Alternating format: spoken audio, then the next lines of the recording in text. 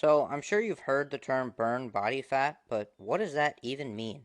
Let's talk about it. I'll see you inside. Yep, today we are going to talk about the physiology of losing body fat. You see, in healthy individuals, the human body has this elegant way of making sure we have all of the energy that we need when we need it. And one way in which we do this is through the regulation of our blood glucose. When the glycogen is broken down from the liver and the muscle, and we have no more stored glycogen, the body will begin to liberate triglycerides that are stored within the adipose tissue. You see, if we don't have glucose around to turn into energy, we will turn to triglycerides in order to fuel our body. And every human has days, weeks, months. Heck, one guy even had an entire year worth of energy stored in their body fat. And what I mean by that last statement is I'm actually referring to a man named Agostino Barbieri. He was a Scottish man who fasted for 382 days and lived off of nothing but tea, coffee, sparkling water, and a multivitamin. He lost 276 pounds, and the only reason he was able to do this is because he had accumulated and stored so much body fat that he simply had a year's worth of energy stored on his body. And when his body needed energy, it did not have any liver or muscle glycogen, and it simply turned to his stored fat tissue as the source of energy. And now everyone actually has the ability to do this, just not to this extent. And this is the process of what's often referred to as burning body fat. And now burning body fat is actually quite interesting. It appears that we actually maintain roughly around the same amount of fat cells. However, these cells go through what's referred to as atrophy, or simply a decrease in size. And when we gain fat, this is typically in the form of fat cell hypertrophy, in which we do not make more fat cells, but we simply increase the size of the fat cell. And the way we do this is by taking two separate molecules. One is referred to as glycerol, and the other are referred to as fatty acids.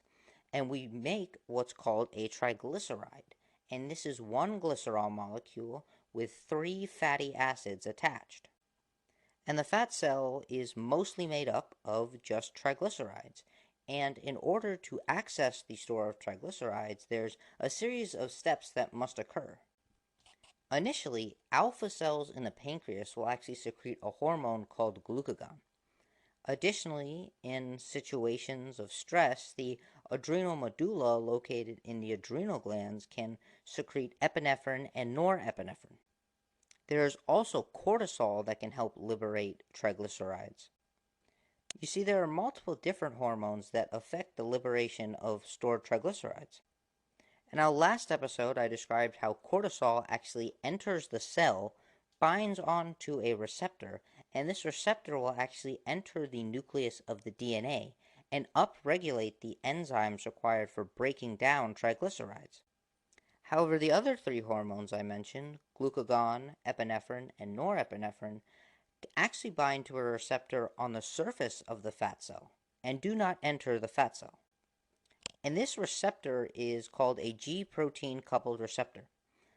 And the G protein coupled receptor has actually a unit outside, which is the protein. Sorry, I misspoke, which is the receptor. And attached to the receptor on the inside of the cell are actually proteins. And when none of the hormones are bound to the receptor, the G protein is in what's referred to as the off state. And when these hormones bind to the receptor, it turns on and activates a specific enzyme inside of the cell called adenylyl cyclase. And now adenylyl cyclase will turn ATP into cyclic AMP. And then the cyclic AMP will interact with another enzyme called protein kinase A, or PKA. And on the membrane of the fat cell, there is another protein called perilipin. And what this PKA does is it phosphorylates, meaning to add a phosphate, perilipin. And this is simply just giving the perilipin molecule the energy it needs to function. See, in the cell kind of passes around these phosphates in order to turn on or turn off different enzymes and processes. And when a phosphate is added to this perilipin, it will release a protein that is attached called a CGI protein. And now this CGI protein binds to another enzyme on the exterior of the phospholipid called adipose triglyceride lipase.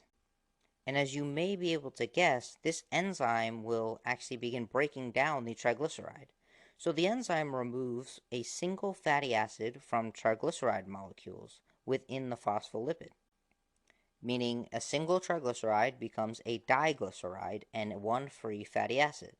And a diglyceride is simply a glycerol molecule with only two fatty acids.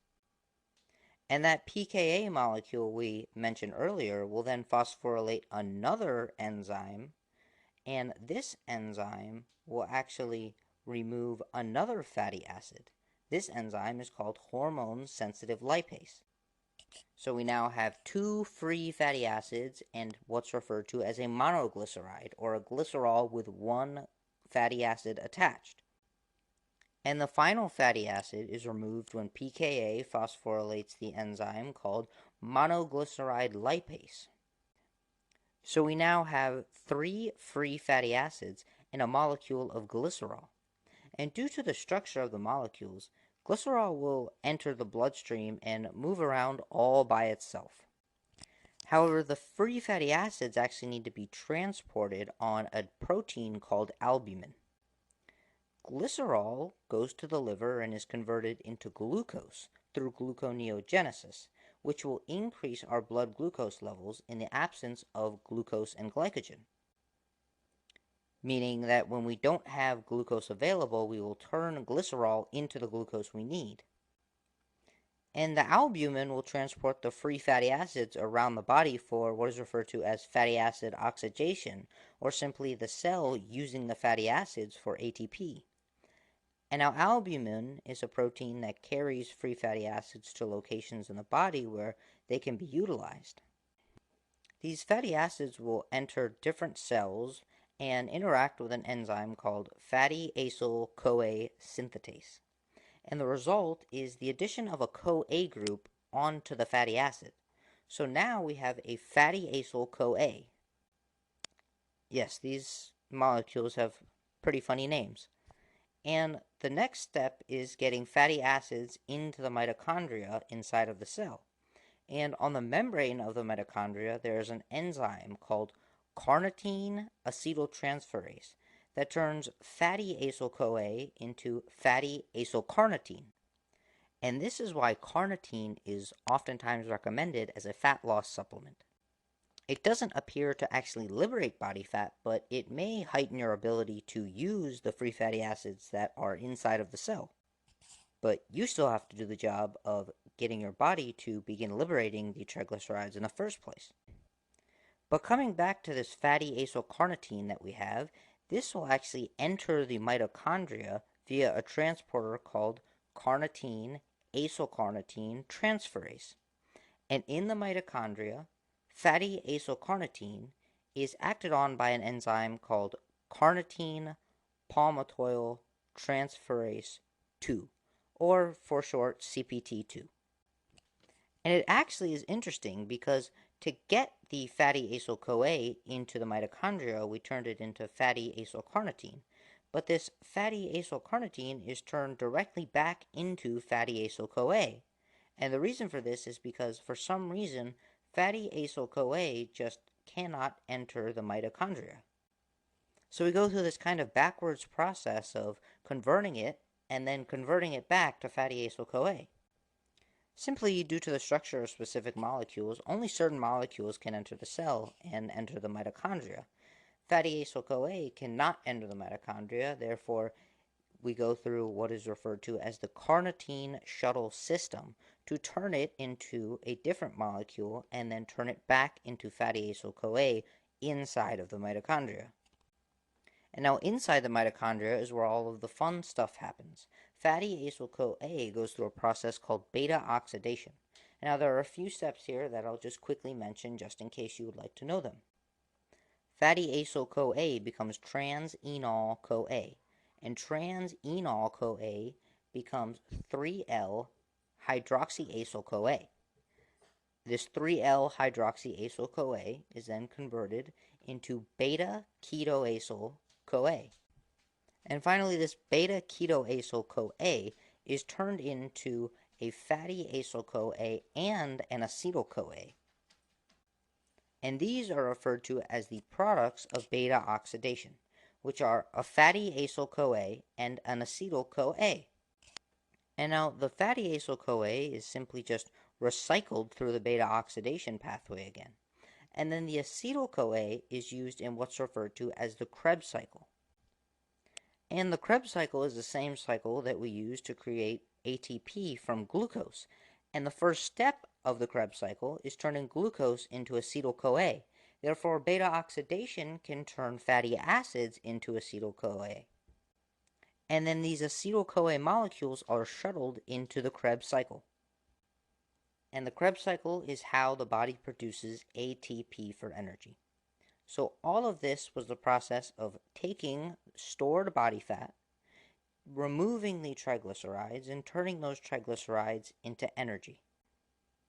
And I hope you enjoyed, and I hope this podcast wasn't too nerdy and geeky, even though that's kind of what this podcast is known for. And I want to say thank you for listening, and I hope you come back next episode. Have a great day.